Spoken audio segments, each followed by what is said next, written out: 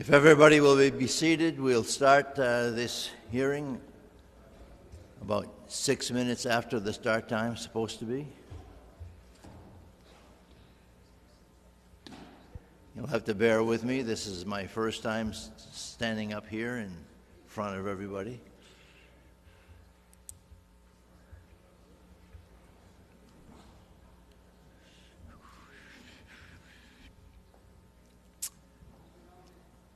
I'd rather not have people standing in the back. Please sit down.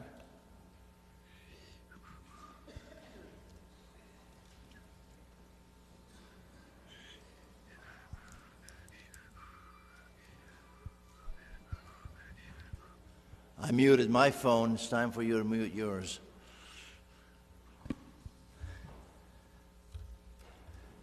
I'll open this hearing at 10:06. Please join me in the Pledge of Allegiance.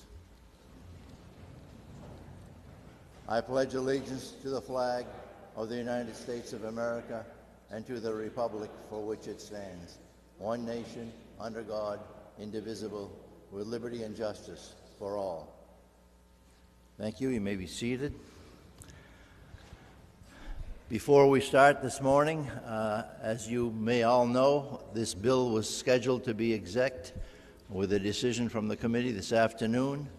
And that is being canceled. I am not going to exec this bill at 2 o'clock this afternoon. So if you came and you took the whole day off so you could attend the hearing and then the exec session in the afternoon, I apologize.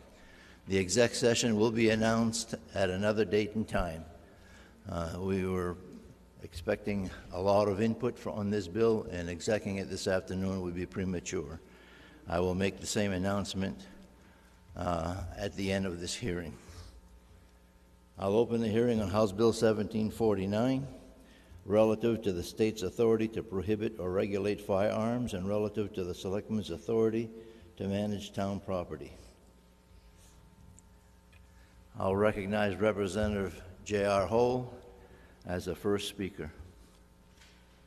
You must speak at the microphone. This hearing is being live streamed over the internet. If you do not speak at a microphone, you will not be heard or recorded. And for the committee members, you have to hold the key down on your microphones while you're speaking for it to work right.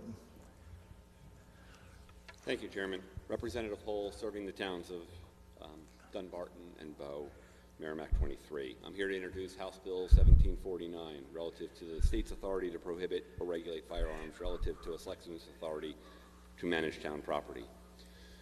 This bill is a continuation of an effort that was started in 2003. In 2003, we saw local selectmen making changes regarding what could happen on town property. That was, at the time, was House Bill 415 from 2003. That bill tried to correct something where a citizen could unknowingly walk into maybe a town office or a town building and suddenly find themselves in violation of an ordinance that they weren't aware of. We are not a home rule state. The Constitution is very clear that the legislative authority rests in this body, in this House, between the House and the Senate, and that we delegate that authority to local towns and municipalities.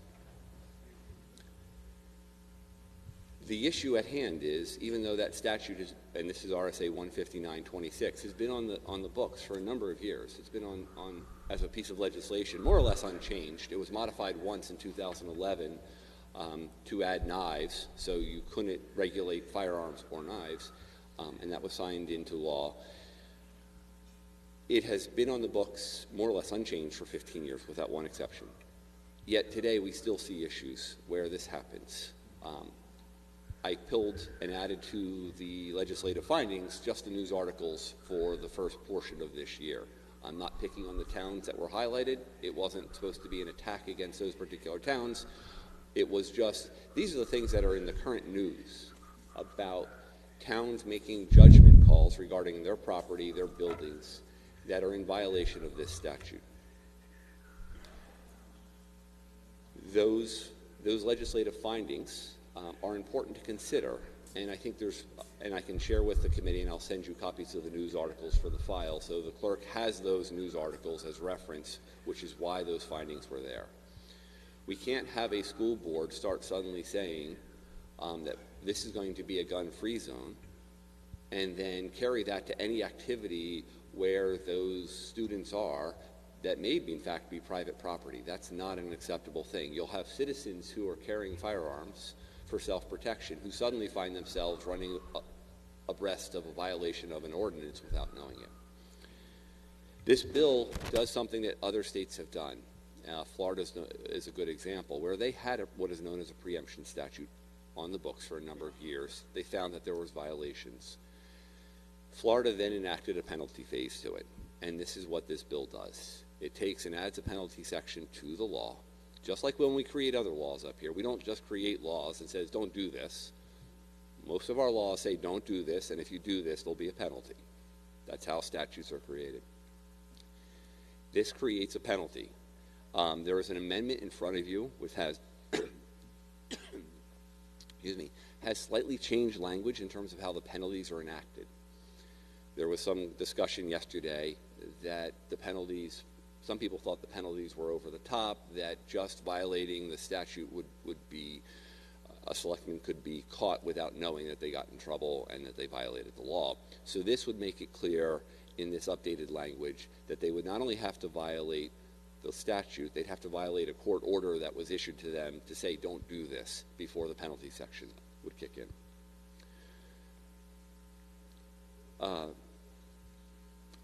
At a high level, the important part of this is there are a number of citizens who have civil rights, and part of their civil rights are documented in our Constitution, both at the federal level and at the state level. Article 2A, which has to do with, in our Constitution... JR, could you speak a little louder so we can Sure. drown out the music? Sure. Is that better? So Article 2A in our Constitution, which was only enacted in 1982, so this is not something that's been hanging around for a couple hundred years, is clear about our rights as gun owners. That article did not give us those rights. It just documented the rights that are naturally there. People have the right of self-protection. That's part of it. As I said, we have those rights both at the federal Constitution level and at the state Constitution level relative to carrying and bearing firearms. We would never think to start allowing towns the ability to enact other violations. You can't have this discussion. We're going to prohibit the First Amendment in this town office. That would never happen. You wouldn't do this for other constitutional rights documented in the Constitution. You wouldn't turn around and say that this particular building wasn't accessible by some particular gender or some particular race. That's not the way we act. This is a constitutional right that we have that is extended to all the citizens fairly and uniformly, okay? Yet some towns decide that, oh, in this case, we're not going to allow that to take place. So this penalty, the bill that we're talking about, will add the penalties necessary to enforce the statute that has been on the books. And with that, I'll take any questions.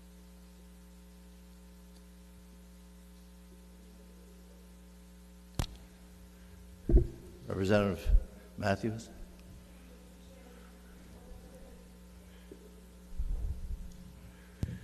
Thank you, Mr. Chairman. Representative Hall, I wonder if you could repeat what you said about Florida. There was considerable noise, and I didn't catch that. Sure. So Florida had a preemption statute, okay, for a very long time. In the 2011 or 12 time period, they enacted a penalty section, and the penalty section is made up of two parts. One allows the plaintiff to get access to attorney's fees if they win the case, okay? So the citizen doesn't have to front potentially tens of thousands of dollars worth of legal fees to challenge a town's ruling. And then they also enacted civil penalties for the public officials who were making these calls. After that time, they saw a dramatic shift in terms of the policies that are going on, that towns realized that you just can't trample state law. Right now, if a town enacts an ordinance and says you can't do this here, the recourse to the citizens is to cough up the money themselves personally, to take the town to court, to sue them as a violation of RSA 159.26. They may or may not win that, but regardless, they are going to front that entire cost themselves. So what could have been a violation of it depends on what the ordinance is, right? Maybe the ordinance was broad and said something like you can't shoot on any property less than 1 acre, and they have a property that's 0.9 acres, but they have an appropriate backstop and conditions for discharging a firearm. But that's the town ordinance, and it's in clear violation of the statute, but that's what they said. If they did that, the only option is for them to take on the cost of taking the town to court and suing them personally. And there is no chance they're going to spend tens of thousands of dollars potentially in legal fees to try and keep their rights. And just to follow up, Yes. so the situation you're describing in Florida was about preemption. It was not about gun rights, or? The preemption statute talks about the rights of the gun owners, okay? But the case Florida. In Florida specifically. Yes. In Florida specifically was Florida Carry, an organization of Second Amendment supporters, okay, was taking on various towns and municipalities who started to violate their statewide statute called preemption. Thank you for the question.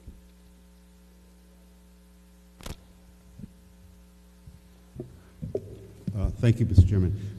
Representative Hull, question. The current statute, 15926, has a sentence in it that says, nothing in this section shall be construed as affecting a political subdivision's right to adopt zoning ordinances for the purpose of regulating firearms or knives businesses in the same manner as any other business, or take action allowed under RSA 207-59.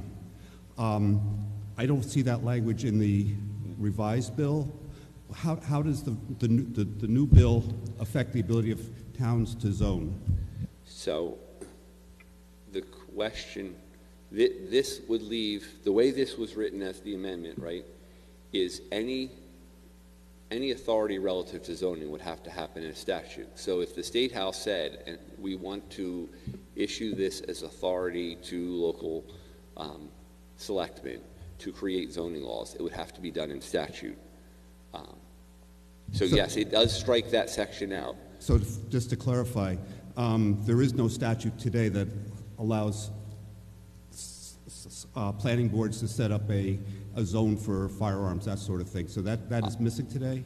I am not aware of one, but I am not a legal expert on every possible law in our RSAs, especially when it comes to some of the delegations of authority in the first section, like chapters 1 through 21, which is where some of these delegations happen. I am not aware of one, though. So okay. I can check into that and get back to you. And just the other piece of that is noise ordinances.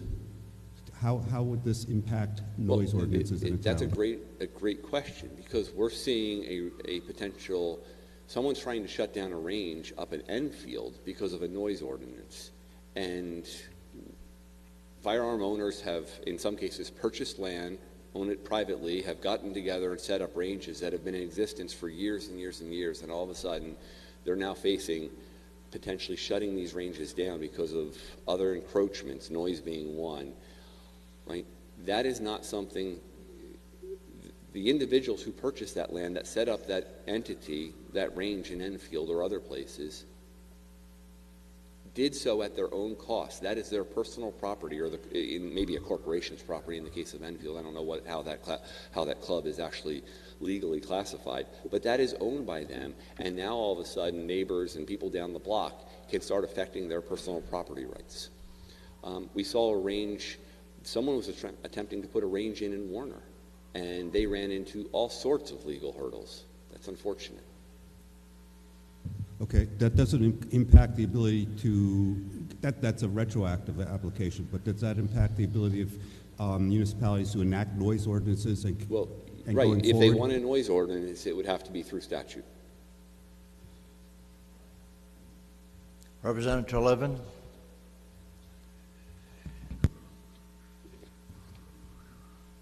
Good morning, Representative Poole. Thanks for coming and testifying today. I've heard from lots of constituents all over the state in regards to this bill you're presenting today. And one of the questions I received, and I'm hoping you can answer it, is I do understand we're not a home rule state, But what's the difference between home rule and local control? Okay. So home rule gives the authority to the municipality to set whatever ordinances they want. We have local control of school boards, right? We elect people, they make decisions. But in our state, all local control is still delegated as authority by the state, okay? We create the cities, we create the towns through legislation. If you follow our Constitution, the authority rests, okay, all of the authority rests within the body of the House and the Senate, the General Court. And the General Court then delegates that authority downward. And local control happens after that authority has been delegated downward. Representative McCarthy. Representative for taking my question. What is the basic difference, as I see it, there's really none, between 1749 and RSA 15926?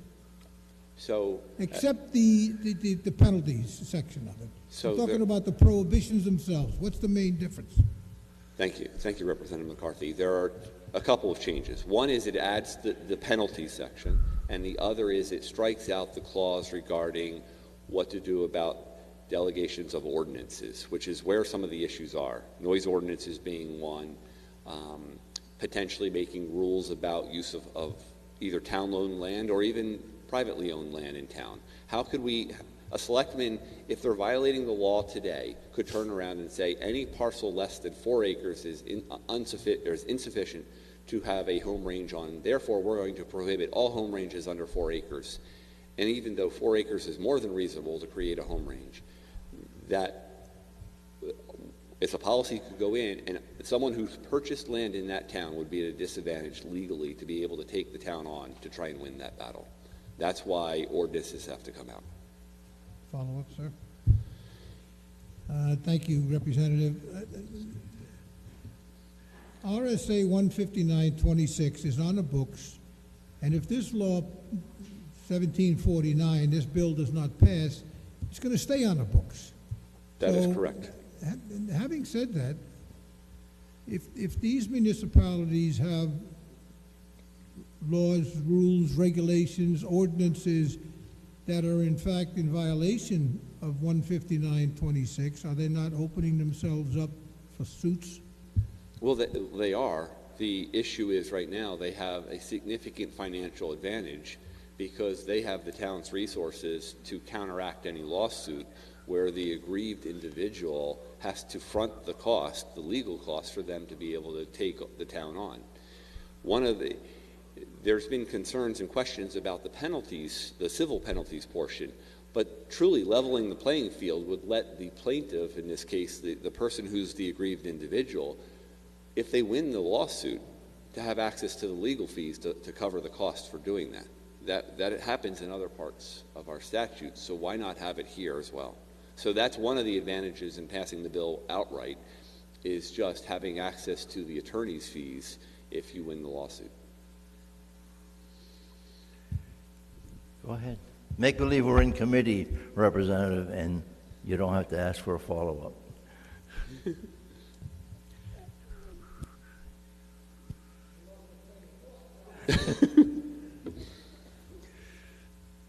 That's okay, go ahead.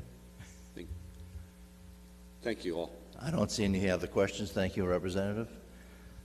I'd like to call Representative Ed Como from Carroll County, who is in favor of the bill and is a co-sponsor. Good morning, committee. For the record, my name is Representative Ed Como.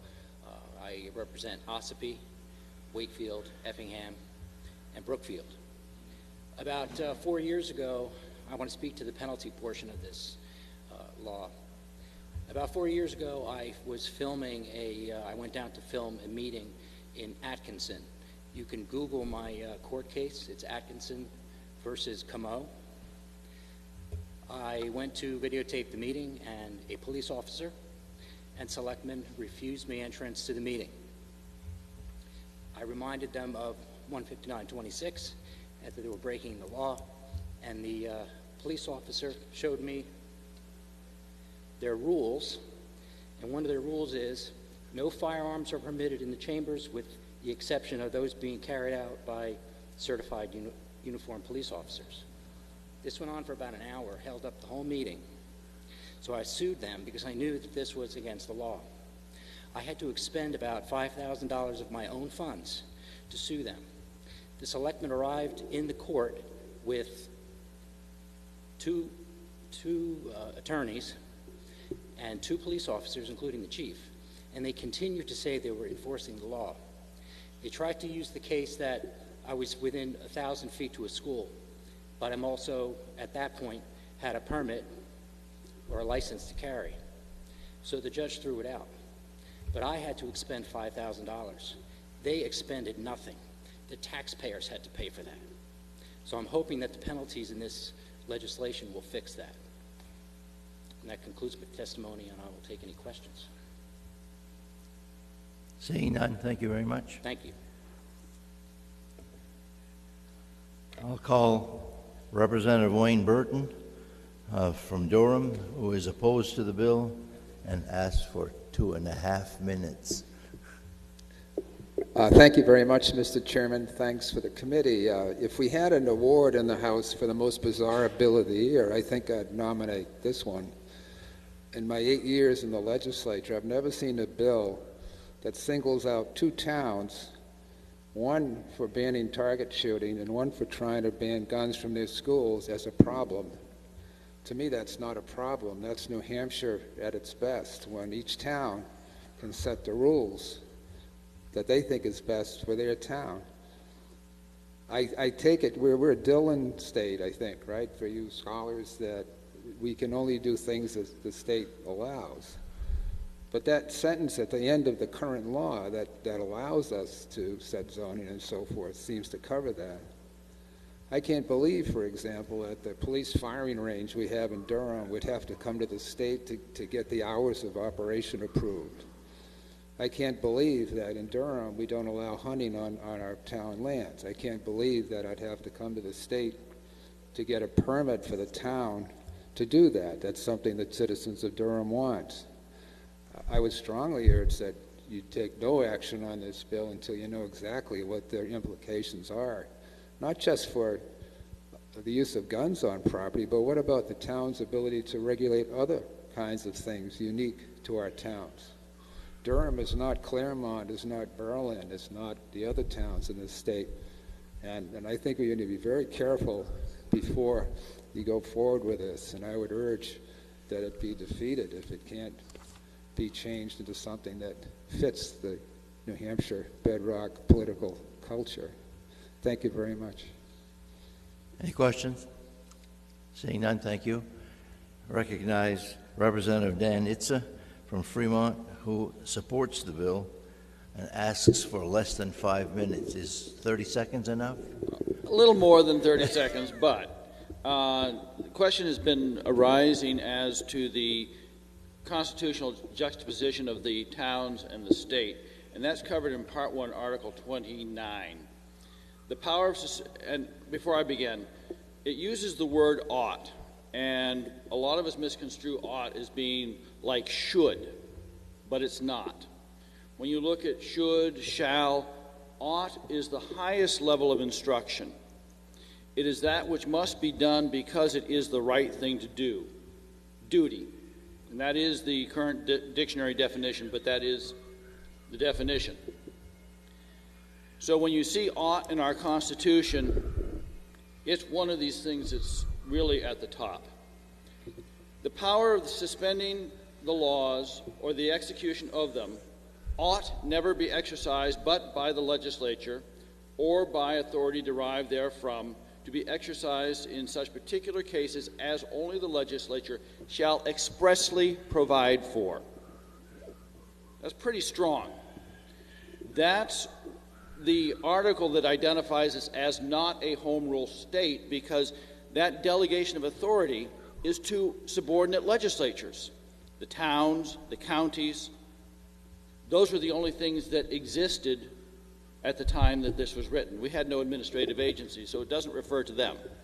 It refers to the subordinate legislatures that we create. Now, there are other states, like Massachusetts. It's a commonwealth.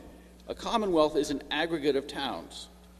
So the towns can do whatever they please unless the state prohibits it.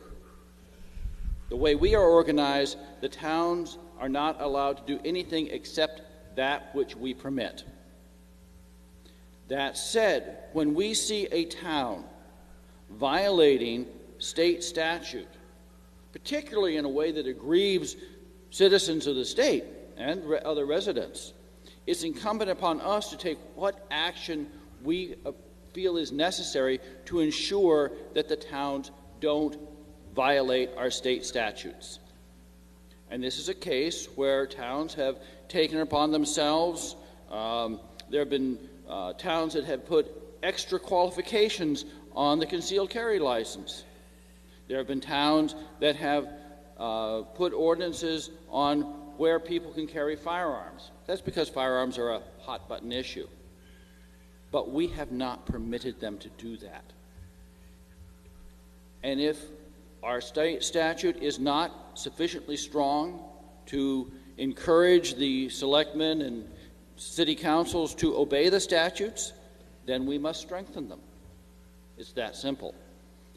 And that's what we've asked your committee to do, to strengthen our statutes so that the towns will follow them. I'll be happy to take any questions. Representative Matthews. Thank you, Mr. Chairman. Thank you, Representative Itzy, for coming before us today. I wonder if you could speak, since you've raised the constitutional issue here, to Article 3, society, its organization and purposes. When men enter into a state of society, they surrender up some of their natural rights to that society in order to ensure the protection of others. Without such an equivalent, the surrender is void. I think one of our concerns with this bill may be the protection of citizens in towns and the charge through zoning ordinances to render that protection. And I'd like your opinion on that. Thank you. Thank you very much for the question. Others there is not other individuals, it's other rights. So it's the surrender of certain rights for the protection of other rights. So, for instance, in the Constitution, we surrender up a certain amount of our right of privacy so that warrants can be issued to search our property and our person or arrest us if we are suspected of a crime. Otherwise, the state has no power to do that. If the state or the towns do not follow through with their protection of those rights, then the surrender of the first rights is now void. Could you speak specifically to the town's duty to protect its citizens from harm? The duty of the towns and the state, for that matter, particularly if you look at our first Constitution, 1776, is to punish injustice. So if one person harms another, breaks into their house, steals their property, it's the duty of the local constabulary to investigate the crime so that the crime can be prosecuted. It's not a duty to prevent, it's a duty to punish injustice that has in fact occurred. Seeing no other questions, thank you, Representative. I'll call Representative Timothy Horrigan. I believe he's an attorney, should have been a doctor with his signature. There was a microphone right next to your seat, Representative, but it's fine. Sorry, Representative Horrigan is opposed to the bill and has asked for 3 minutes. I'll try to make it less than that because there's lots of others behind me, and I probably wasted time going over the microphone I knew was turned on. So, I'm a Representative Timothy Horrigan from Stratford County District 6, with the towns of Durham and Madbury, and I'm opposed to this bill. I'm actually also a former resident of the city of Lebanon, which is specifically mentioned in this bill. Even though the accusations against the town of Milford and the city of Lebanon are going in the findings section, I believe that makes this a HB 749, a bill of attainder, because we are accusing various officials in those towns of wrongdoing, in fact, trying to make it a crime. So that violates Article 1, Section 10, Clause 1 of the U.S. Constitution. I would also think this bill may be I also believe this bill is an unfunded mandate under Article 28A of the state constitution, since it will certainly specifically incur a lot of extra costs for Milford and Lebanon, and then for all the other cities and towns too, because they all have town land, they all have residents who own guns, and they all have schools. More to the point, it's a bad idea. I don't think we should be making public officials, we shouldn't be threatening them criminally or civilly for acting in good faith to protect their constituents, especially not the local level where most officials are essentially volunteers, just like, not unlike how it is for us state reps. I've served in the Judiciary Committee for 3 terms. I also served a term on the old Petitions and Redress Committee, and I've certainly seen many attempts to turn governing into a tort and public service into a crime. But I think this is the most unfair and unconstitutional attempt along those lines that I've seen. And finally, I don't find those 2 examples in the section to be, I find them profoundly unconvincing, is what I said in the written testimonies. I think Milford should be able to regulate target shooting on town land. It's a matter of public safety and simple common sense, and especially the Lebanon School District and the City of Lebanon, which it serves, they should be allowed to regulate guns, knives, explosives, and ammunition. In fact, those are things that probably should not be on school district property at all, and certainly they should also be able to ban it at school-owned events on public property. And I also, and I understand we are not a home rule state, we need consistent laws, but I'm not sure why we're singling out the gun owners for the special protection. First of all, guns are expensive and dangerous. There's a high learning curve for using them. So I think somebody who takes the responsibility for owning a firearm can probably, we should allow them at least to exercise enough common sense to realize that they can't carry their gun anywhere they want, certainly not except in very rare cases onto school property, and also that they can't just shoot it willy-nilly anywhere they want. And also finally, I might also point out that there's many other fundamental rights which aren't addressed by this bill. So there's nothing here to punish public officials if they attempt to restrict our rights of free speech, our right to marry the person we want to be married to, or a host of other, or any of the other basic rights. This does signal like the gun rights as somehow being more important and more essential than the others, which actually there isn't even a gun right. Our state and federal constitutions just refer to a right to self-defense. But anyway, and so anyway, thank you very much for your testimony, and I'd be happy to take any questions, although I do have to be across the street at Legislative Administrations at 10:45. Representative Carson.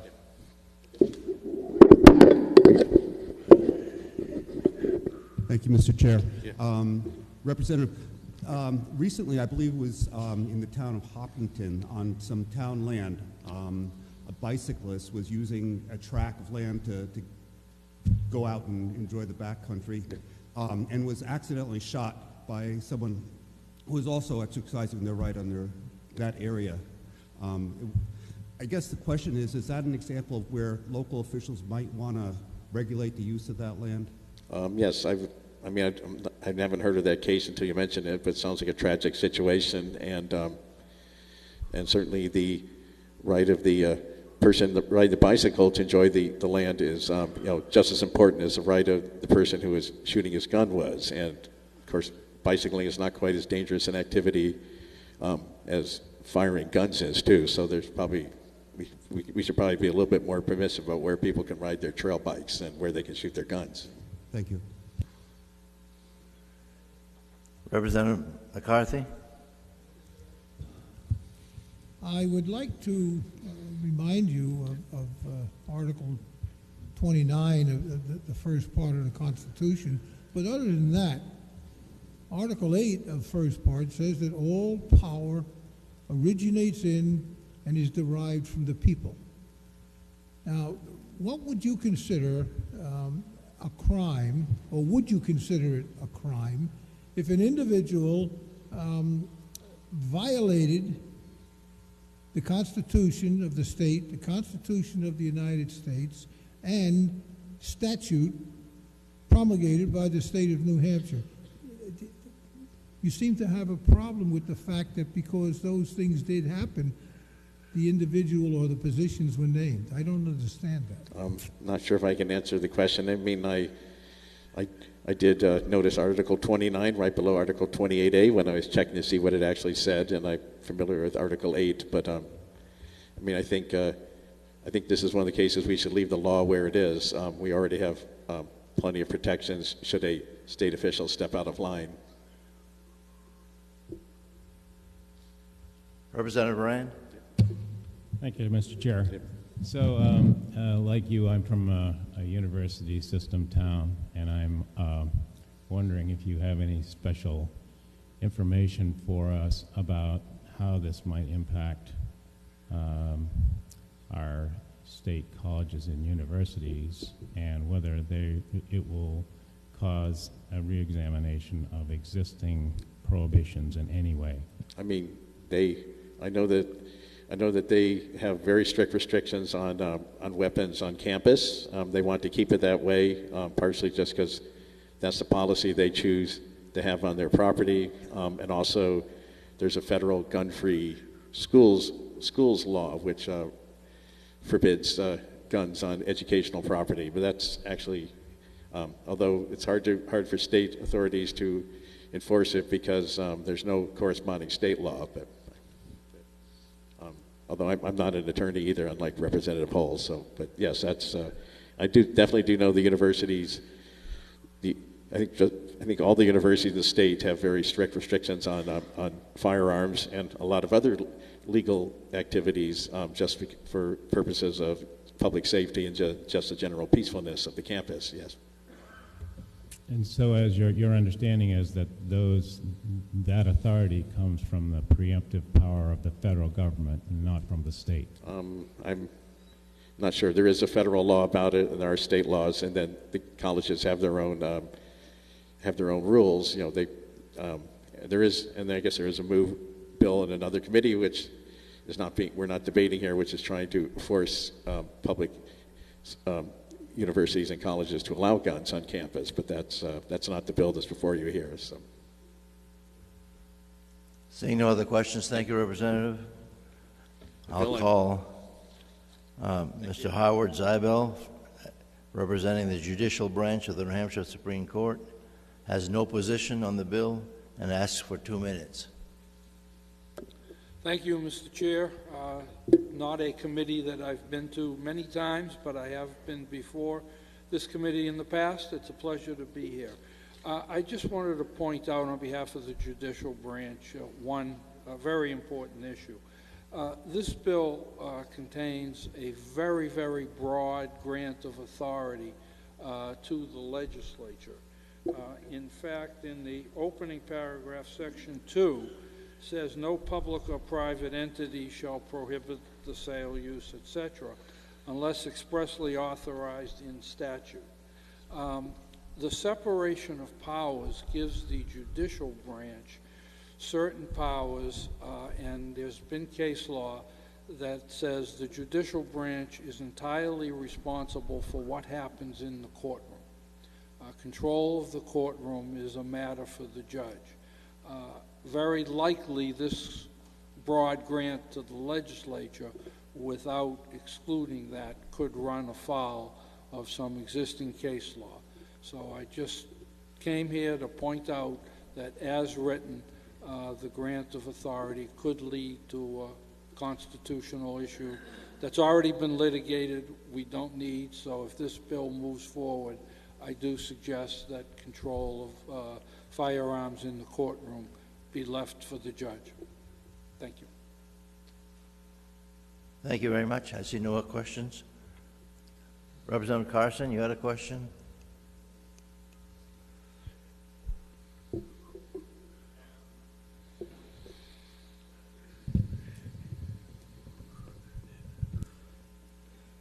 Thank you, Mr. Chairman. Thank you for coming back. Just a question related to private entities.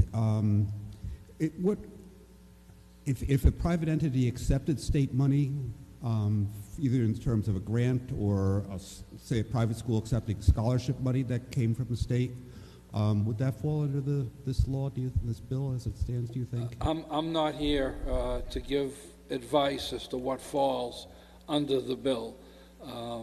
That's beyond what I can do. Giving legal advice to you, that's not the role here in the legislature. Don't get him in trouble, Representative Carson. Yeah. Okay, I thank you. You have counsel. Thank you. Thank you. I'll call I'm sorry, no more representatives. Robert Clegg from Hudson says he's representing reasonable rights, reasonable people. He opposes the bill and asks for 3 minutes. Oh, good. Thank you, Mr. Chairman, members of the committee. For those who don't know me, I spent 8 years in the House, 6 years in the Senate. I ran for Congress and won. It means I didn't have to go, and I haven't left since. But I'm here to tell you that this is a terrible bill. We tried to fix it, and we can't. I've been threatened that if I don't support it, something bad's going to happen to me. I want to be the poster boy for all of you to say that when somebody has to threaten you to pass a bill, it's a bad bill. Now, I have a problem because it takes out the federal protections we have, and if you read it, it appears to many of us that the sole purpose was to punish anyone who wouldn't sell a gun to somebody on medical marijuana, or if you pass the legalization of recreational. The problem is it would also punish somebody who doesn't sell a gun to somebody on opioids or heroin. It's not what we want to do. I understand that there's a federal prohibition and nothing the states can do will take that federal prohibition away. It has to be taken care of on the federal level. But taking away my federal protections and saying that only the legislature can make laws that control guns means that every 2 years we run the risk of a new party taking over, new regulations, and new things that we have to do. What if the next party comes in and says you can't have any guns? And then 2 years later they say, oh, you can. It doesn't make sense. The Supremacy Clause says that we can't shut out the federal government anyways.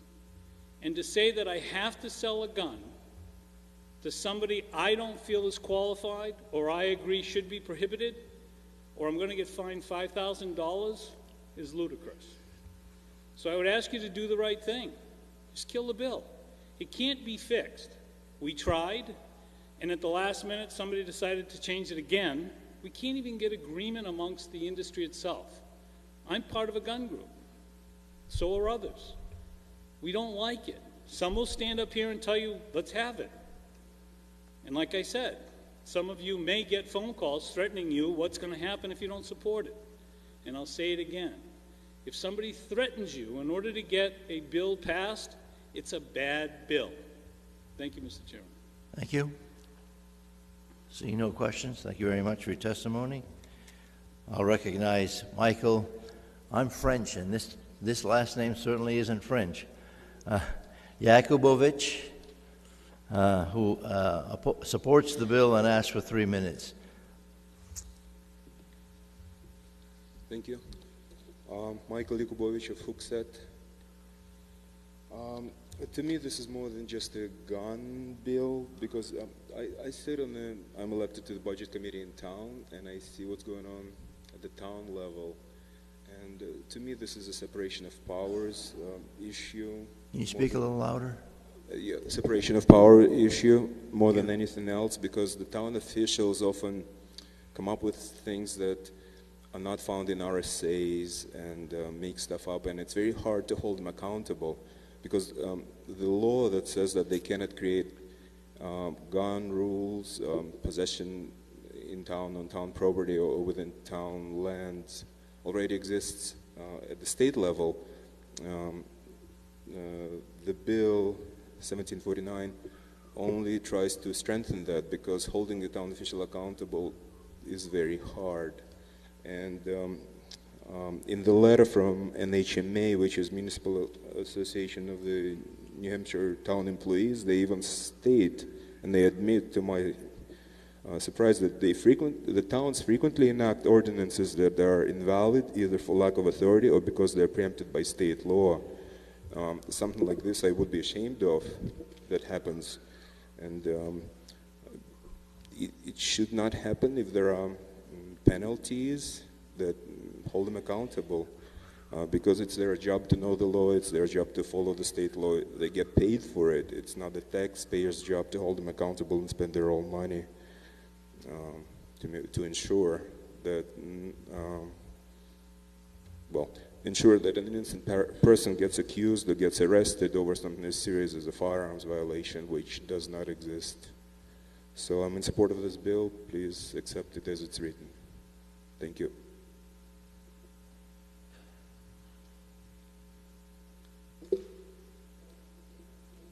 Questions?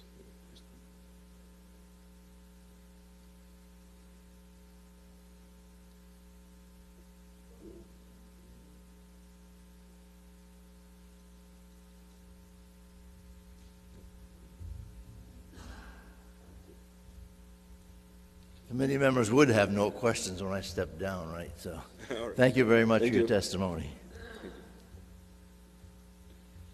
I'll recognize Susan Olson from the Women's Defense League of New Hampshire, who opposes the bill and asks for 3 minutes. Thank you, Mr. Chairman, members of the committee. For the record, my name is Susan Olson. I'm the Director of Legislation for the Women's Defense League of New Hampshire. We oppose 1749 for 3 reasons. First, it enacts new laws to enforce existing laws. Second, it violates the separation of powers between the branches of government as provided in the New Hampshire Constitution, and is a threat to the Article 2A rights of every New Hampshire firearms owner. First, rather than expect, and I'm frankly horrified to find myself in agreement with the New Hampshire Municipal Association, but rather than expect, as they say in their fiscal note, that municipalities are expected to comply with the law, instead of waiting for the filing of an actual complaint, the bill, as written, gives independent police powers to the Superior Court to initiate and impose sanctions and penalties on local governments for violation of the current 15926. That being said, we are not unaware of the excesses of local government. In fact, several of our members have been infringed upon by local police chiefs. But many municipalities violate laws, not just firearms laws. And while we see and understand the need for consequences, the mechanism that is contained in House Bill 1749 operates only when the Superior Court itself finds, declares a violation, and issues an injunction. That notwithstanding, we believe if the committee were to even consider punishing municipalities for violating state law, punishment should not be restricted to violating only firearms laws. It should be applied to any violation, and that liability and subsequent consequence be placed somewhere in Title III, Chapter 31, Powers and Duties of Towns, perhaps amending RSA 31104, Liability of Municipal Executives. Second, House Bill 1749 amends New Hampshire's preemption protection by granting to the General Court exclusive authority and jurisdiction. House Bill 1749 actually threatens New Hampshire's preemption because, as you heard earlier, it violates the separation of powers by usurping constitutionally granted authority to the other branches of government, specifically the judiciary, as provided in Article 72A, which states, "The judicial power of the state shall be vested in the Supreme Court, a trial court of general jurisdiction known as the Superior Court, and such lower courts as the legislature may establish under Article 4 of Part 2. This also contradicts the authority House Bill 1749 seeks to give the Superior Court to independently punish lawless local government. Third, as it's written, it contains no severability clause, meaning that if any part is declared unconstitutional, we will have no preemption at all. As such, House Bill 1749 is a clear and present threat to our New Hampshire Article 2A rights. While I understand there is an amendment, I have not seen it. But it's my position that you cannot make a bad bill better. For these reasons, the Women's Defense League of New Hampshire opposes House Bill 1749 and urges the committee to vote inexpedient to legislate. Thank you. Representative Gauthier. Thank you for being here, Ms. Olson, today. We really appreciate your testimony. In your opinion, should a town, city, municipality, should they be taken to task for any violation of state statute? Should there be a place, for that? Yes, sir. I believe that our government should not be violating the law. And I looked through the RSAs to try and find that particular section, and the closest I could find is what I mentioned in Chapter 3, Article 31. That may not be the place.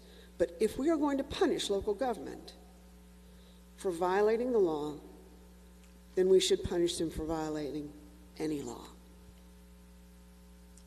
Seeing no other questions, thank you for your testimony.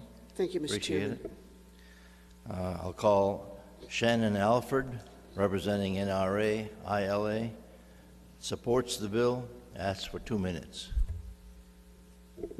Thank you. Mr. Chairman, members of the committee, my name is Shannon Alford. I am the newly designated state liaison from National Rifle Association for New Hampshire.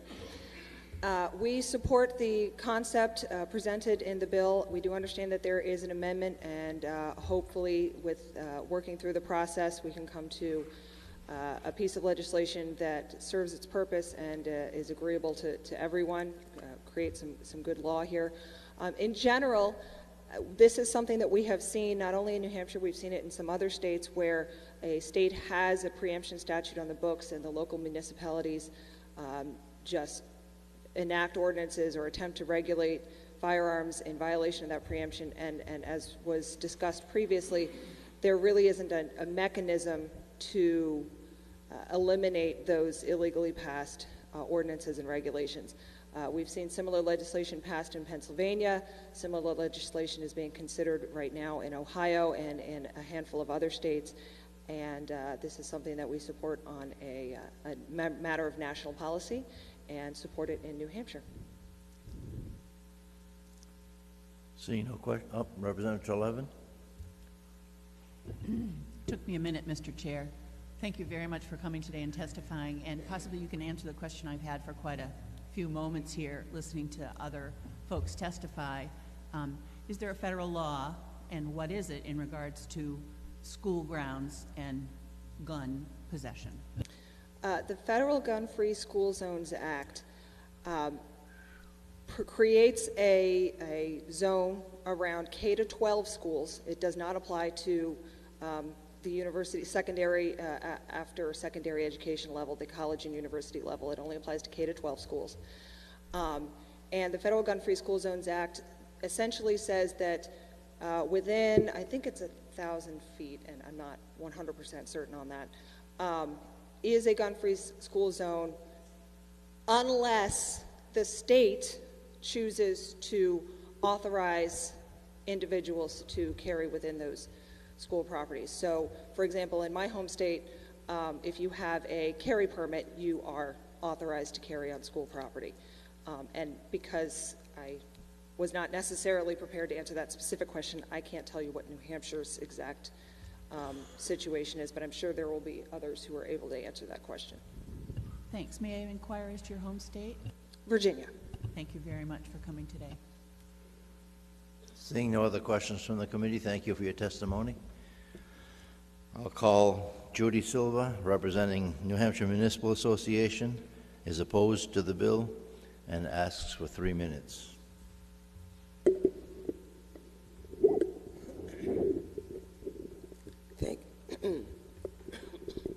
Thank you, Mr. Chair, members of the committee. I do have a cold. I sound worse than I feel, so I hope you can still understand me, okay? Just don't share it with the rest of us, will you? I will try not to. I think I've done all the sharing. I'm able to do. I'm Judy Silva from the New Hampshire Are you moving away from me? That's fair. It's okay, everybody after you will use the other mic. Okay. It sounds worse than it is. My name is Judy Silva. I'm from the New Hampshire Municipal Association, and we are opposed to House Bill 1749. The issue here, from our perspective, is not about controlling guns, but rather who has the authority to control and manage town-owned property. It's really a very narrow issue, and the statute has given that responsibility to the selectmen in RSA 41:11-A.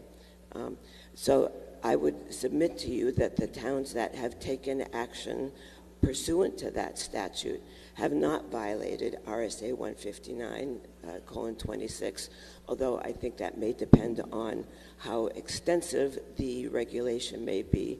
But in the case of Milford, to ban shooting on town property, I submit to you is within the authority of 41:11A, which deals only,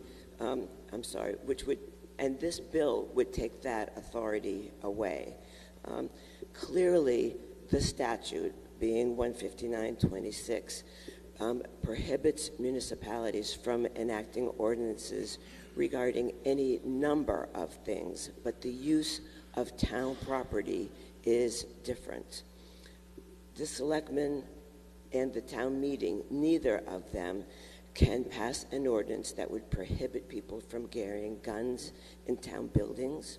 They cannot pass an ordinance that would prohibit target shooting on private property in the municipality, and they cannot prohibit the carrying of weapons on town property or in a town forest. But the selectmen can and should be able to prohibit shooting in a town forest. That is completely different. And I guess the question for you is, why should that change? If a town can say no to camping in a town forest, no hiking in a watershed area because it may contaminate the property, no growing potatoes on the town common, why cannot towns say no shooting guns on town property, in town recreation areas, on conservation lands? Why is that not a reasonable limitation for a town to enact? I suggest to you that it makes no sense and that it's a bad idea. In terms of the penalty provision, I don't know, although I will say that it was in the bulletin, that towns frequently enact ordinances that are in violation, but that does happen. Towns, selectmen, and Conservation Commission members, they are all volunteers, and they do the best they can, and they do make mistakes. But there are plenty of provisions that exist now in the law to address those.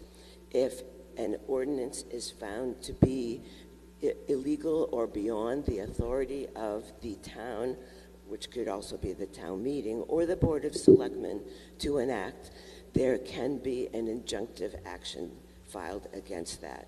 Or the town, as I am familiar in other cases, has voluntarily chosen not to enforce an ordinance when there have been questions raised. To establish a whole other set of penalty provisions that go into effect and allow towns, elected officials to be removed from office goes way beyond anything that is necessary to address situations where there is a violation of the authority that the Board of Selectmen may have. There are also provisions in the town government or in the court system where attorney's fees can be awarded when there has been a knowing violation of the statute. I submit to you here that RSA 41:11A gives the towns the ability to do this at the present time, and we urge you not to take that authority away from them. And I thank you for listening to my testimony. In NHMA's opinion, and I think you're allowed to give an opinion for the Municipal Association, if I go to the zoning or planning board and want to sell ammunition out of a piece of property that I have, and they deny that, are they subject to this statute if it passes? Well, at the present time, 15926 does allow for zoning to regulate businesses dealing with guns and knives. So I think that is something that is in the statute currently that would be removed from that local authority under the bill. Thank you. Representative Sterling. Thank you, Mr. Chair. Thank you, Ms. Silva, for coming in to see us today. Obviously, it's an effort for not being well. We appreciate it. I feel better than I sound. Good. Keep it to yourself. 4111A is not absolute. There is a clause in there that says that unless regulated by other statute. So it's not an absolute power by the Board of Selectmen or the governing body of any city or town to regulate town property. There are a number of statutes that are cited in Article 1 of 4111A, but it says it's not limited to those statutes. That was enacted, I believe, in 2009, and 15926 was enacted in 2000, I believe. So is the power absolute, or is it governed by other statutes? If I could just quickly read it. The selectmen shall have authority to manage all real property owned by the town and to regulate its use unless management and regulation is delegated to other public officers by vote of the town or is governed by other statutes, including but not limited to RSA 31:112, which is the town forest statute, which provides that there may be a separate body that regulates town forests. RSA 35B, which is a recreation or parks, which property can be delegated to a recreation or a parks commission. 36A4, which is the Conservation Commission, and 202A6, which is library property. So those are other local entities that can be given the authority over certain types of property in the municipality. But it does say other statutes, and it's not limited to those statutes that are cited in the black letter law.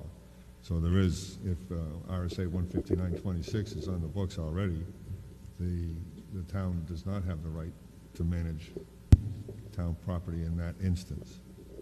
Well, RSA 15926, as currently written, also contains language at the end, which is what we refer to as being removed concerning the zoning authority. And it also says that nothing in this section shall be construed to affect a political subdivision's right to either adopt zoning ordinances for the purpose of regulating firearms or knives businesses, or to take any action allowed under 20759.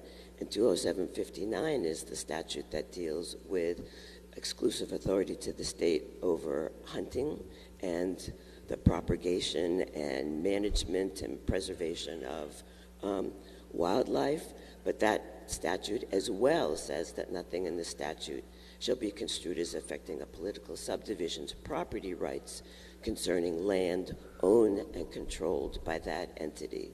So we think that that supports that a municipality has the authority to authorize the use and behavior on its property.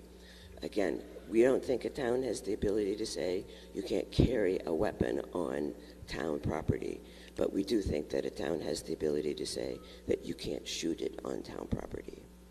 It would appear that there are several threads to be followed through the state statutes governing the use of town property and the regulation thereof.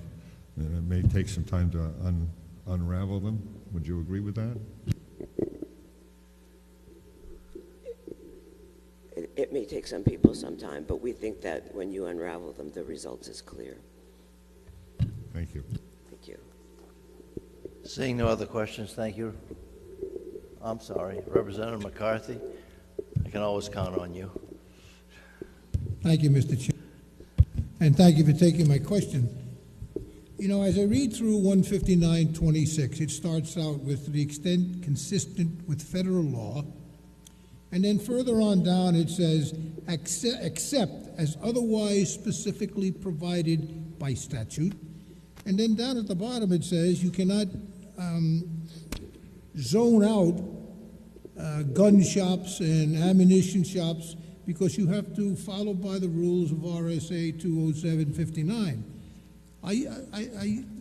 Would you say that RSA 15926 is a pretty good law? I pass no judgment. It is the law, and we advise municipalities on how to follow it. Okay, thank you. Thank you. Thank you. I'll recognize Mitch Kopach. I believe I pronounced that correctly, from Hooksett. Asks for 3 minutes, supports the bill with amendment.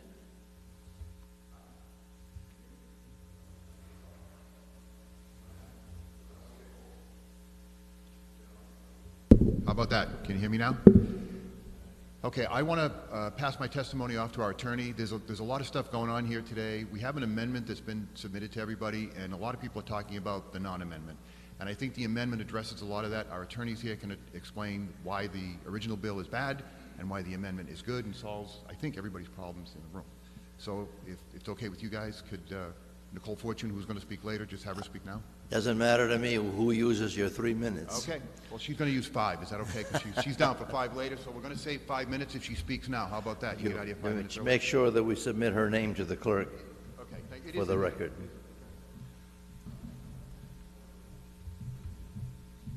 I'll restart the timer. Well, and good morning. And to be clear, I'm speaking on behalf of gun owners of New Hampshire, not Pelham Fish and Game. Nevertheless, I think there is a lot of confusion going on here this morning because what we have here is we have an original bill that's been presented, and then this morning there's an amendment circulating that substantively changes the original bill. So to that end, I would say the original bill, gun owners of New Hampshire absolutely does not support. As for the amendment presented today, gun owners of New Hampshire does support it. The substantive changes that have occurred is, in the first instance, the original bill rested jurisdiction and authority in the general court alone.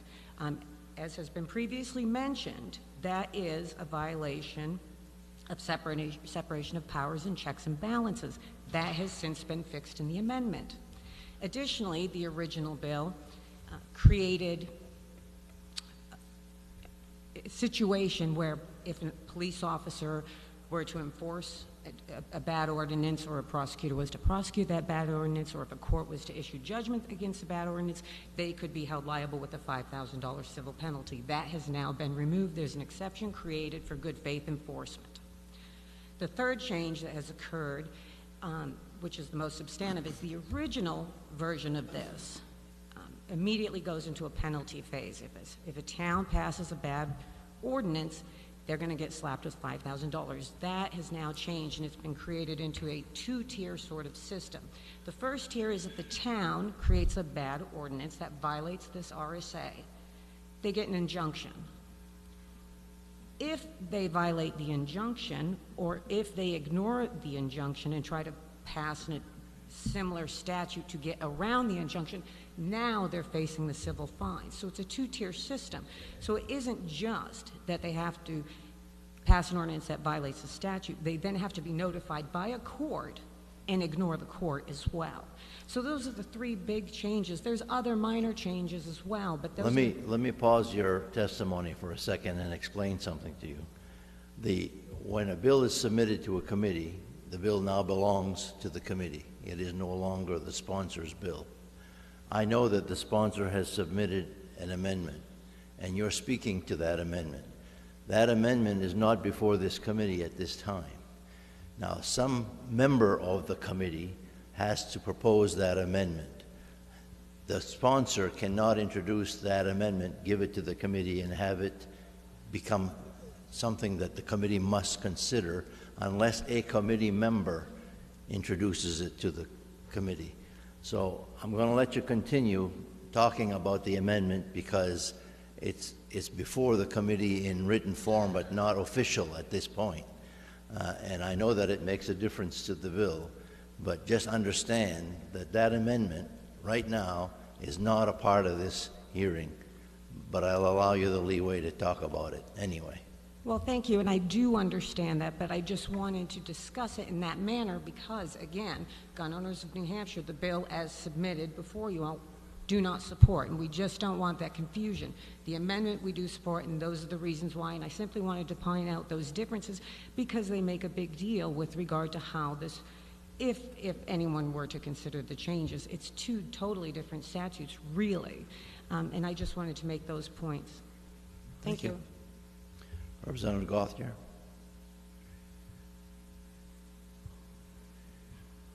Yes, thank you for testifying today. I'm very interested in the second part of the two-tier system.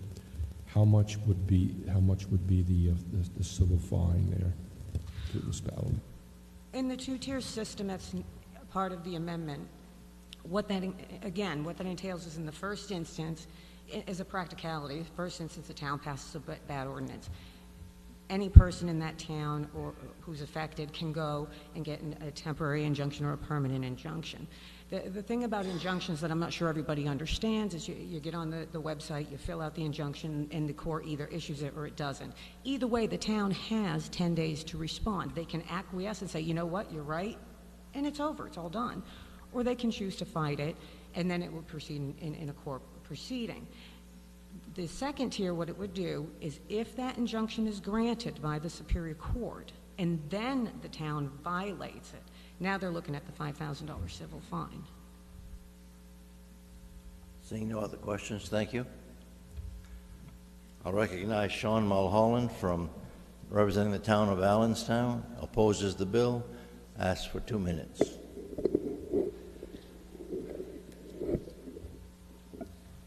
I'm the town administrator for the town of Allenstown. I represent the Board of Selectmen. The board does oppose this bill, and for the simple reason they felt this was a bit over the top to penalize in the fashion that's being proposed municipal officials. Again, we have elected officials who are simply volunteers. Most of them have little experience or no experience in government at all. Most of them work in the private sector, and they do the best that they can, and they're not familiar with, obviously, all the laws of the state of New Hampshire. Certainly when it's brought to their attention, they act on that. When this bill, when originally 159-26 became law, we did have a prohibition in one of our parks. We had a place where people were shooting the geese down there, and there's a lot of houses around that, and we prohibited in that one location. As soon as this became law, 159-26, we not only did we remove that law, we changed all the signs and everything that we were supposed to do. We have no regulations, no policies, no procedures. We have nothing that regulates firearms or knives or any other types of weapons whatsoever, nor are there any plans at the present time to enact any. However, again, the board felt that this was simply, this sort of power in the hands of the legislature was just a bit too far, and they were concerned about that, and they asked me to come here to talk to you about that issue and not to allow this bill to go forward as law for that reason. Any questions? Seeing none, thank you. I'll recognize Nicole F-A-F-O-U-N-E, F-A-F-O-A-U-N-E. I can't hear you. All right, thank you very much. She asked for 5 minutes. I was going to cut her down, but I guess that's too late.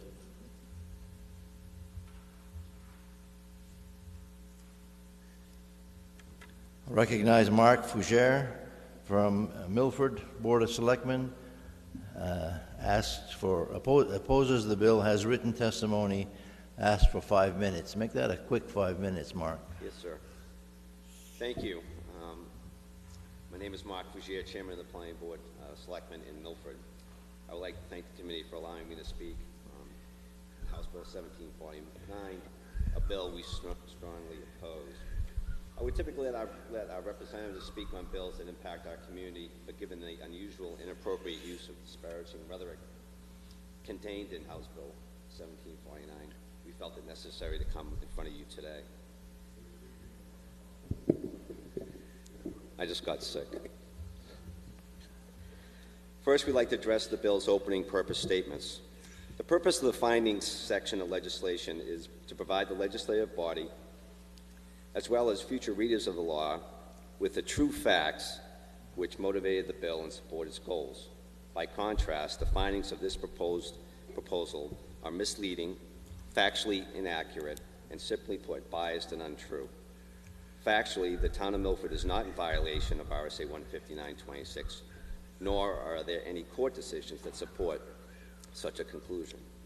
In addition, the town of Milford has not, as falsely stated in the bill, banned target shooting on town property. The decision made by the Board of Selectmen was merely to restrict target shooting, along with the establishment of a shooting range on a few hundred acres of property out of thousands of acres owned by the town. This decision was taken for the safety of the public using that property and pursuant to the New Hampshire law, which empowers the Board of Selectmen to make reasonable regulations to govern the use of town-owned land. It is clear that the goal of the bill is to vest control of every conceivable aspect of firearm use with the state. We are not opposed to the state being the primary regulator of firearms, but we oppose the effort when the proposal is so far-reaching that it does not allow for the local communities to protect their citizens in the reasonable use of town land for all. Towns and cities should have the sole authority to decide where, how, when, and if target shooting and shooting ranges should be allowed on public lands. Local governing bodies and its citizens understand local matters more than others and are in the best position to judge the appropriate use of town-owned land than those seen elsewhere. We also find it interesting that two of the bill's sponsors live in communities that presently prohibit or severely limit target shooting on town property. We are curious why these communities, Merrimack and Londonderry, as well as a host of other communities in the state that restrict the discharge of guns on town property, were not included in the bill's findings. If this bill was to pass in its current form, the establishment of gun ranges on public lands without any controls could occur. Input on where, when, and how often a gun range could be used would not be allowed. And there is also the issue of lead. Who's going to pay up for the cleanup of the shooting range? The taxpayers? Concord? The bill notes that local expenditures are indeterminable.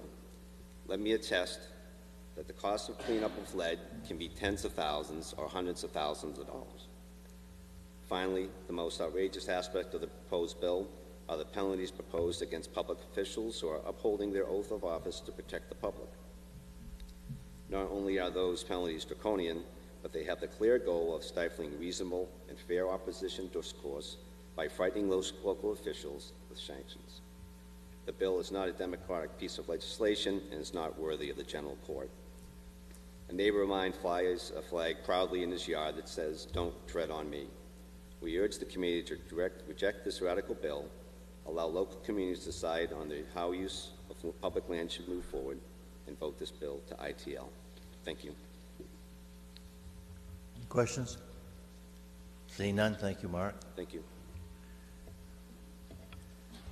I'll call Alan Rice from Bedford, represents Gun Owners of America, New Hampshire Firearms Coalition, supports the bill, asks for 3 minutes.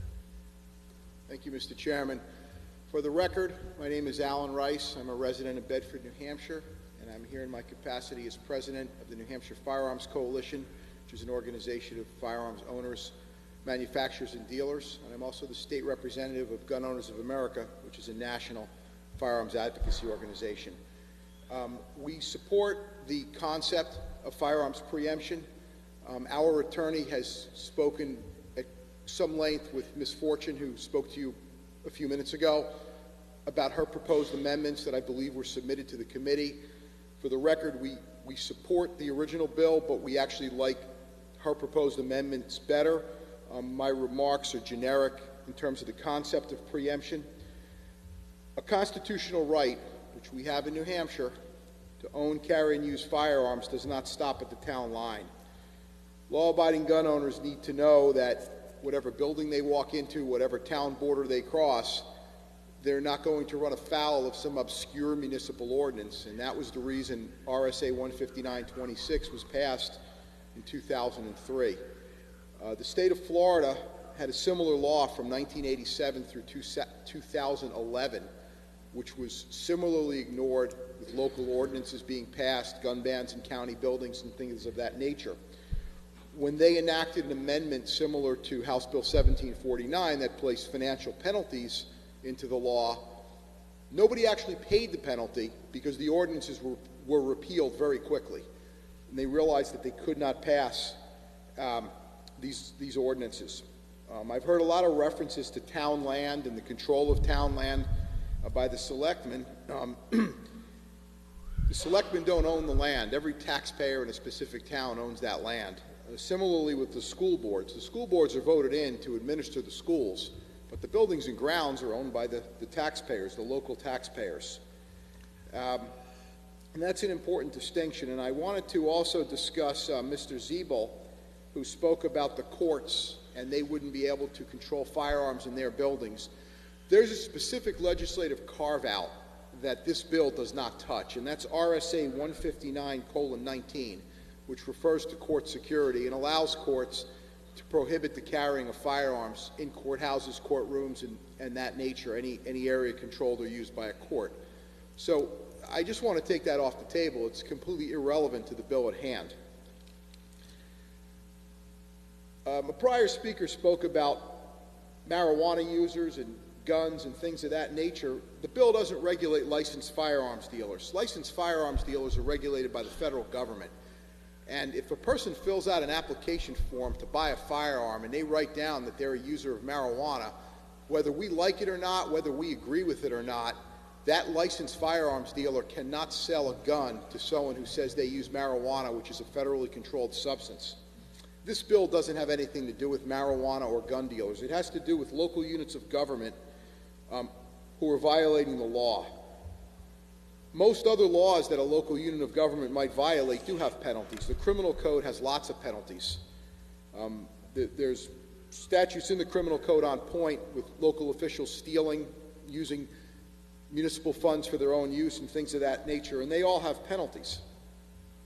159:26 is unique in that it doesn't have penalties, and that's why it's being ignored.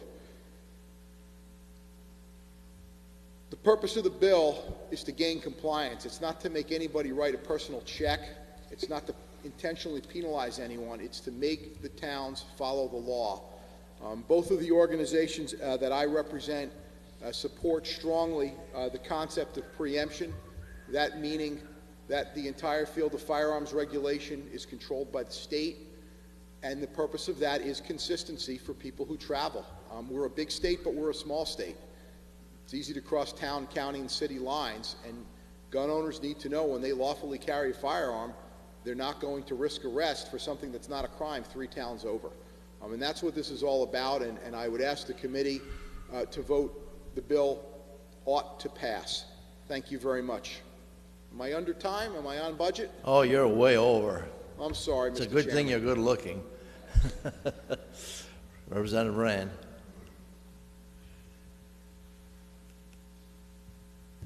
Thank you, Mr. Chair. Thanks for your testimony. I'm interested in anecdotal evidence of harm. Anecdotal evidence of harm that currently it would seem, based on the attempt here to make sure that every local ordinance doesn't supersede the state's RSA, that we are probably, I would think that probably there are lots of folks who are not doing what they would do because they are unsure of being able to travel from place to place. Is that correct? Do you have any evidence of that being the case? Well, Representative, thank you for your question. I would draw your attention to recent news articles about the Lebanon School District, where the district decided to pass a no-guns policy, and the Lebanon Police Department made it pretty clear in their interviews with media that they would support and enforce that policy. And because the violation of the school district policy is not a violation of a criminal law, they were advising the school district to get around that by charging anyone observed carrying a firearm with a trespass crime, which would be a misdemeanor violation of the criminal code. And they would, as law enforcement, enforce the trespass aspect of it. And that would have a chilling effect on people who are lawfully carrying guns.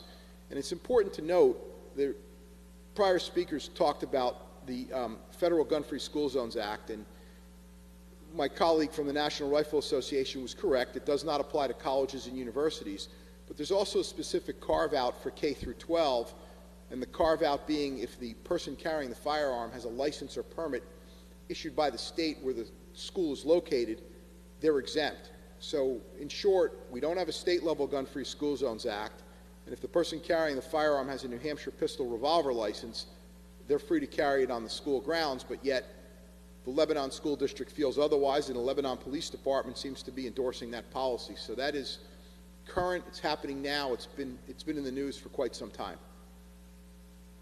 I think I'm more interested in the many statements that I've heard from folks about how bothered they are that they might be, just by traveling from town to town, that they might be subject to some police action in the town, and I'm wondering what the anecdotal evidence is of that happening. Well, the people who come to these hearings are probably far more and better informed than the average man or woman on the street.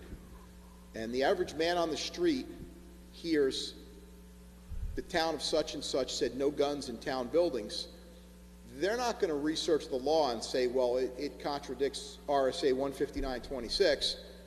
They're just going to say, geez, I don't want to get in trouble. I don't want to get arrested. And they're going to go ahead and leave their gun in their car or leave their gun at home. If they leave the gun at home for the entire rest of the day, if they're doing other things, they can't carry their personal protection. And if they leave the gun in the car, I will tell you as a firearms instructor, I'd rather people leave it on their belt. The act of taking it on and off your belt and in and out of your holster is more likely to create an unintended discharge than just leaving it where it is and not touching it unless you need it to protect life and limb. So it does have a chilling effect, but you're not going to hear from those people because they're out doing whatever they do in their daily jobs, being service people or salespeople or whatever, but they will avoid those buildings and not go into them. But they also don't come here because those of us come here do this. Thank you. You're quite welcome, sir. Representative Josephson. Thank you, Mr. Chair, and thank you for taking my question. There. To your knowledge, in New Hampshire, has anyone been arrested for violating a local ordinance of this type? I don't know. I can't cite a specific case. There are people who I can call and find out, and I can certainly follow up with you by email if that's acceptable. Thank you. Thank you for your testimony. Thank you, Mr. Chairman. I'll recognize Chief William Hart from a police department whose first letter starts with an L. Opposes the bill, has written testimony, and asks for 3 minutes. I didn't bring written testimony. Thank you. My name is Bill Hart. I'm the police chief in Londonderry, New Hampshire. I speak not just for our community, but for the New Hampshire Chiefs of Police Association. We oppose this bill, and I'll keep it very brief. We oppose it for two reasons. First, it seems to inhibit the ability for local communities to make decisions on their own. We dealt with this in Londonderry, this issue, and we crafted a solution that included gun owners, people who were vocal about their rights, their constitutionally protected rights. We also had people on that committee who were citizens who were nervous about the use of guns. And we came up with a solution that didn't inhibit rights, that crafted some ability for both parties to work together. And notwithstanding the fact that we're not a home rule state, in fact, we are a state that prizes, that cherishes that values the fact that at our local communities, we solve our problems. And most of the time, these problems are when rights conflict or when responsibilities and rights conflict. And we did that in Londonderry, and it sounds like they did it well in Milford as well. We think it's important that the communities have the ability to solve their problems. Secondly, it seems to me that this is a law that's overbroad, and I would disagree with those who would say that it isn't. Reading it, it seems to me that as Londonderry, the owner of a firearms range, we might be subject to dictates from the state with regard to how we run that range. And if we don't do it appropriately, that state action will be taken against us. Similarly with other policies. As you might be aware, police officers carry guns every single day. The management of those firearms seems, at least to me, to be impacted by this law. I would counsel caution. I would counsel thoughtfulness. I would counsel putting the brakes on. I think in Mr. Representative McCarthy's multiple questions regarding it, 15926 works well. We found it worked well as a guide for what we did in Londonderry. And finally, I guess I'd say the penalties for volunteers and folks who, in good faith, trying to do the best thing for their communities, do seem draconian to me. I'll take any questions. Lunch is coming. Representative Matthews. Thank you, Mr. Chairman. Thank you for coming before us today. I'm just wondering if you could provide our chairman with is it an ordinance? Is it a bylaw that you wrote in London? We did neither, actually. We promulgated some guidelines for the use in our recreational area called Musquash. And we simply asked for voluntary compliance, and we were very vocal, and we were very visible in terms of what we asked for. From an enforcement perspective, Londonderry's philosophy is educate first. Only after a lot of education and multiple opportunities for non-compliance do we then enforce. So what we did was we came up with a program where we went out into the Musquash, which is our recreational area, and we talked to folks and said, look, this is what we're trying to do. These are the places and times in which we're asking that you go down there so we can let other folks who wish to use our recreational area use it in safety and security. And I can tell you this, we've had 4 incidents where police responded. In all 4 circumstances, people were, gee whiz, I had no idea. I'd be happy to comply. Thank you for letting me know. There have been no arrests.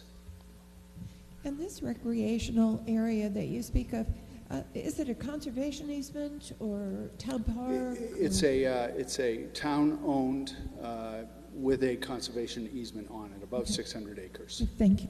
You're welcome. Representative McCarthy. Thank you, Mr. Chairman. Thank you, Chief, for taking my question. I was glad to hear you say that you thought 259:26 was a good law. So I'd like to ask you, in your opinion, if we took away all penalties for speeding, going through red lights, could you really enforce them? Well, that's kind of a metaphysical question. So I'm going to answer it metaphysically. What I think of as a police chief, and I think my feeling is more representative than not, especially here in New Hampshire. The vast majority of people who go to work every day, who do their errands every day on behalf of their families or their businesses, are citizens who want to comply and who are doing the right thing. And from time to time, just like I do, I certainly need this nudge. It's the practice of law enforcement to give a nudge and say, geez, you know, you're going too fast here.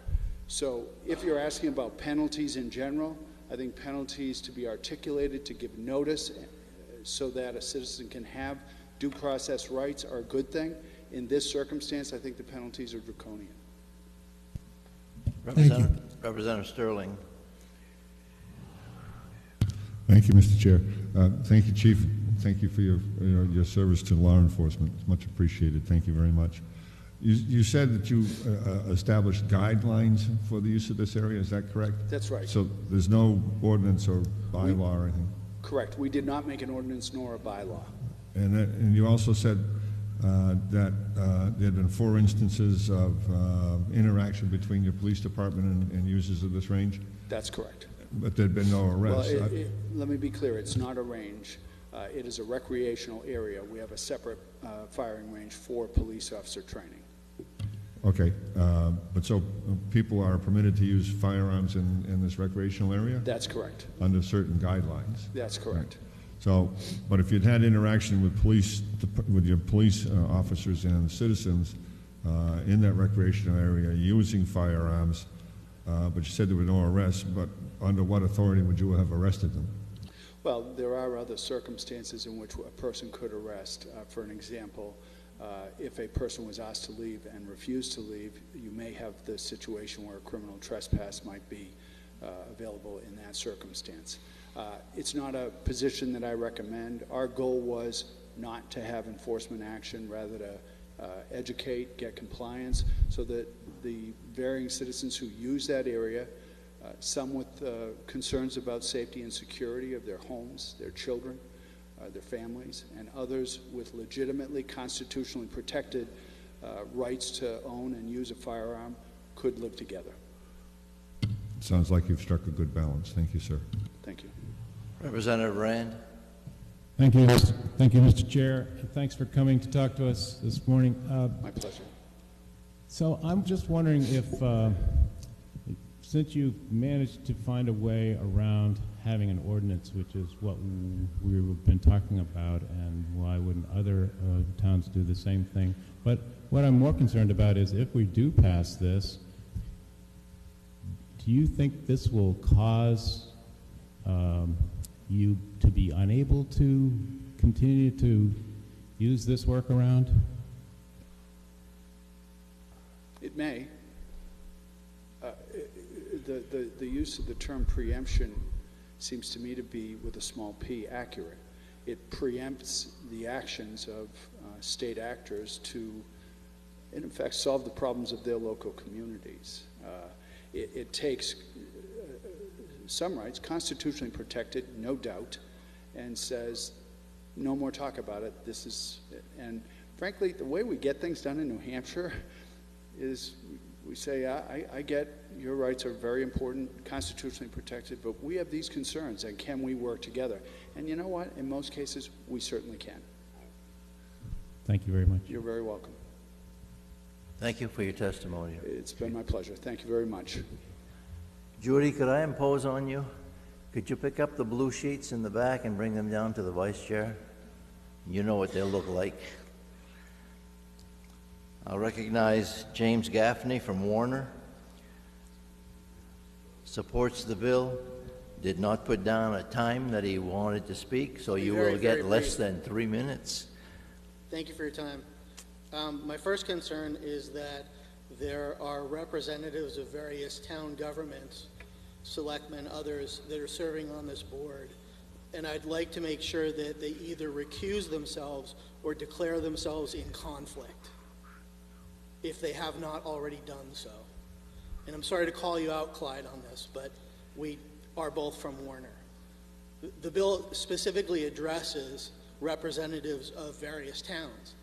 And I find it stunning that anybody is really arguing that there should not be penalties for representatives of various layers of government for breaking the law.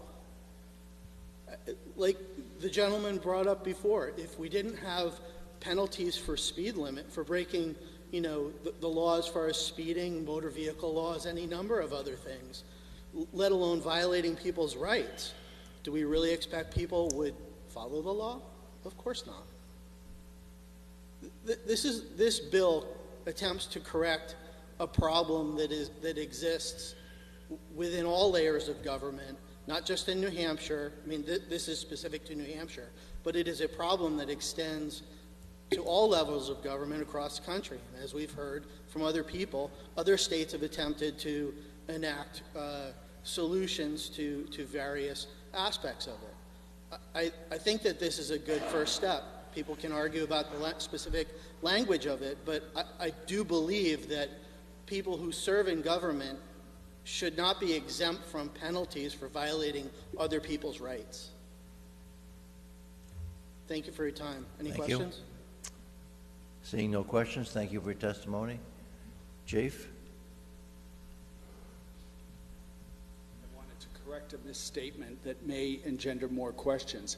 So we did, in fact, pass an ordinance 3 years ago, and it did limit the shooting to those times when hunting was allowed. So I did want to make that clear. I misspoke earlier. The facts otherwise are... Shame on you. Well, surprisingly enough, it's my first mistake of 2018. I expect to make many, many more. What do you call a chicken who says they can lay a 20-pound egg?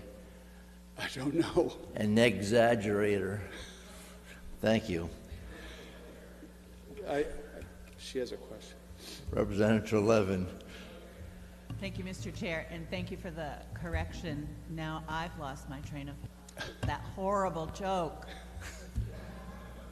That Mr. was no Chair, exaggeration. I know. Cluck, cluck. Limited to the hunting rules and regulations promulgated by the state of New Hampshire. That's correct. You can't attend a municipal and county government hearing without a joke. Representative Sterling. Well, I'm glad to have heard it. When you adopted this ordinance, did you adopt it under zoning ordinances or just a general? As a town? general Just a general ordinance, ordinance, not under zoning. Correct. Thank you. To that point, we actually considered that as we were discussing sort of the hows to do it. And the reason I forgot, candidly, is because we wanted to really minimize the intrusion here. We felt that breaks were important here. Thank you. The Vice Chair will now read the names of the people who signed in on the blue sheets. Following individuals and elected officials signed in opposed to the bill. Senator Lasky from Nashua is opposed to the bill. Representative Joel Martin from Hillsborough 23 is opposed to the bill. Ruth Heath from Canterbury. Wendy Perini from, there's no address. Liz McConnell. Debbie Reynolds. Debbie Reynolds here? No. Get away? Not better. Okay. Debbie Reynolds? One of my teenage heartthrobs. Are you here? No. Okay. Amy Bradley from Manchester. John Elliott signed it, but he didn't put down an opinion. And then we had, James McGaffney from Warner is in favor, and Representative Caleb Dwyer from Hillsborough 37 is in favor, and Glenn Brackett from Northwood is opposed. As I announced at the beginning of this hearing, this bill was scheduled to be exec this afternoon at 2 p.m. That exec session has been canceled. It will be rescheduled at a later time and date to be announced. That concludes the hearing for House Bill 1749, and this hearing is closed.